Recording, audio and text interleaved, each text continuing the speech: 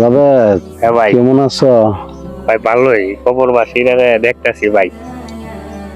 হ্যাঁ, প্রতি সপ্তাহে তো আমার মনে চা, কিন্তু সময়ের অভাবে আইতাম পারি না।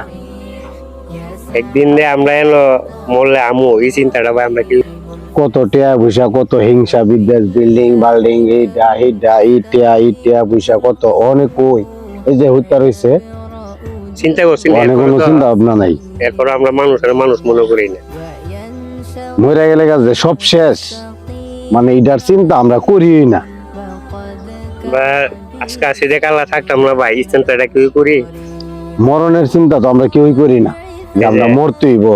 এই যে বউ যে ফুতের লাগিয়া কত কষ্ট করে টিয়া পয়সা কামাই, এটা করি একদিন 2 দিন 3 দিন পরে তোর খবর আয় দেখতো না। 3 দিন আইবো, 3 দিন পরে আর কোনো গ্যারান্টি নাই।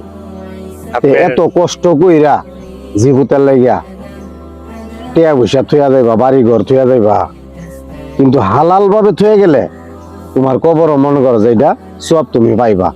আর যদি চুরি সুস্রামি কইরা দেহাতি কইরা বাটপারি সিটারি কইরা যদি মনে টিয়া কামাইতে যাও, এটা মনে তোমার কবরের মধ্যে হিসাব দিতে হইব। কথা কইছে।